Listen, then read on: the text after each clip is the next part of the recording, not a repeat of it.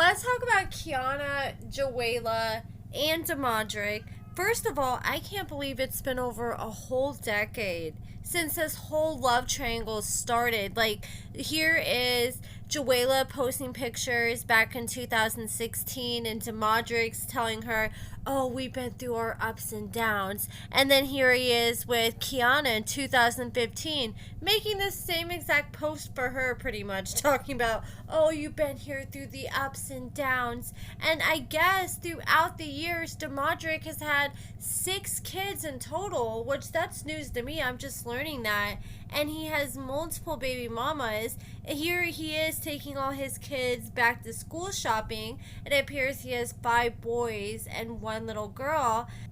Now I want to talk about them in the last episode, and make sure you stay tuned until the end of the video because I do have an update on Quiana's charges. So Joella went and met up with her grandma, and she's been really close with her grandma all her life. Her grandma is the one who raised her, and she wanted to talk about what's going on with her and Demadric.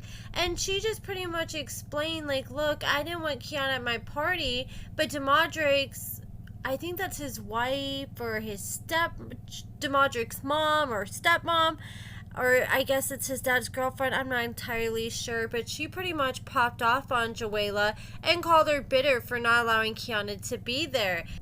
The grandma gave some good advice. She said, I feel like Quiana should have been there because that would have shown that you've grown, you've moved past the situation, you're done with him. And she said that she feels like Joella just needs to give up on Demadric. He's just been playing games with her, bouncing her like a ball back and forth. And that's exactly what it is. Like, Joella always wants to act like, oh, it's just about sex, you know, it's nothing like that. I can move on tomorrow if I want to. But obviously there's more to it. The grandma pretty much told Joella straight to her face that she's weak for allowing Demadric to come back in, and told her that he has no business in her home, especially when he's up living with a whole nother woman. And I think Joella, she's just built so much with Demadric in the past that she thinks it's easier to go running back to him instead of like building over and starting something with someone new. And she's holding herself back by still being infatuated with Demadric because he has clearly moved on. Then Quiana decided to go see a lawyer to get to the bottom of how she can handle these allegations that Joella is making on her, claiming that she damaged her vehicle and sliced all her tires. Well, Joella goes to, or not Joella, I always get their names mixed up. Quiana went to see the lawyer, and the lawyer was like, I hate to be the bearer of bad news, but you have an active warrant for your arrest. And Quiana, she really has no experience like getting in any kind of trouble, so she was confused like what exactly that meant. He's like, if you go out and get pulled over, you're gonna go to jail right now. And he was recommending that she just like go down to the jail, bond straight out. And she's like, what the hell? And she said, how is this even possible that they can just charge me with no evidence? And he said, well, the police presented something for them to be able to decide to move forward with these charges, but I guess it really just takes a statement or allegations for them to move forward, whether that person is guilty or not guilty, and she's got to go through the court of law to figure out what's going to happen here. He started going through all the information he had from the warrant. It said that they had a Class B misdemeanor out for her arrest for criminal mischief, which was over $100 but less than $750. And I guess they filed these charges in April 2025, but I guess the incident was back in October 24th of 2024. So this explains that I guess they believe that she was the one that cut Joella's tires and damaged her windows and, you know, wrote stuff on the back of her window.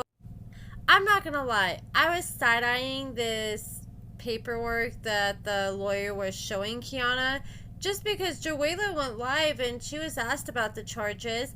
She said she filled out a police report and did what she could to get some charges filed against Quiana, but she said nothing ever came about them. So I was like, okay, so if nothing ever came about that, then what is this? But I did end up finding this, that yes, indeed, Quiana did have a case. So she had a Class B misdemeanor that was filed on April 28th of 2025, just like the lawyer showed in the paperwork. And when it shows that Quiana is the defendant, but she was able to fortunately get this case dismissed, which I'm assuming it was because they didn't have any evidence. She ended up pleading not guilty. They eventually dismissed the case. She went through an appearance at counsel. A warrant was returned and not served. The warrants were recalled, which I'm assuming, the lawyer probably contacted the courts. And then they had to dismiss interest of justice. I was unsure what the interest of justice meant, so I looked it up, and it says a statistical closure or a statistical disposition is a legal term meaning a court case has been closed for administrative or reporting purposes, often due to inactivity, procedural issues, or uncontested resolution, rather than a final judgment on the case's merits. This status helps courts track case progress and manage caseloads by closing cases that are no longer actively being pursued or are resolved without a full trial. Then we learn that Demadrick may have played a part in the destruction of Joella's vehicle because she went and looked back at her camera. She has a camera that faces the front of her place. She rolled the tapes back and she realized that Demadrick was at her house that night, and I guess he ended up leaving. Then he came back at 1 in the morning. But here's the weird part. He comes creeping back, and he didn't knock on the door at 1 in the morning. It kind of looked like he was just walking up and, looking in the window or looking in the door to see, if anybody was, in the living room or, nearby the front of the house. That's what it looked like. It looked like he was scoping the place out, not actually going there for anybody, because he didn't knock. He didn't really go right in front of the door. It seemed like he was just trying to do this real quick and not be seen or draw any attention to himself.